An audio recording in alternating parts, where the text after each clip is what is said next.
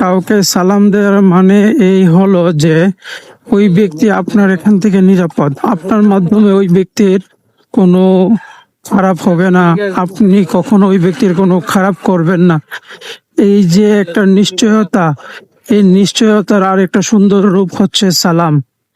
আপনি কাউকে সালাম দিলেন, তার মানে এই আপনি তাকে নিরাপত্তার নিশ্চয়তা দিলেন।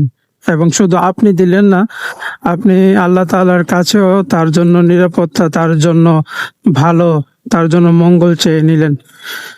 তো সালামের এই সুন্দর যেই উদাহরণটা, এটা আমার কাছে অনেক ভালো লাগছে। অনেক বছর আগে শুনেছিলাম, তো ভাবলাম যে আপনাদের সাথেও শেয়ার করি, কারণ ভালো কিছু শেয়ার করলেই মানুষ ভালো কিছু শুনতে পায় এবং মানুষ ভালো কিছু শিখে।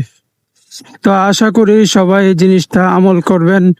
সালামের যে রূহ, সালামের যে মূল উদ্দেশ্য, এটা বোঝার চেষ্টা করবেন এবং আপনার বন্ধু বান্ধবদেরকে বুঝাবেন। কাউকে সালাম দিয়েছেন মানে কখনো তার কোনো ক্ষতি করবেন না।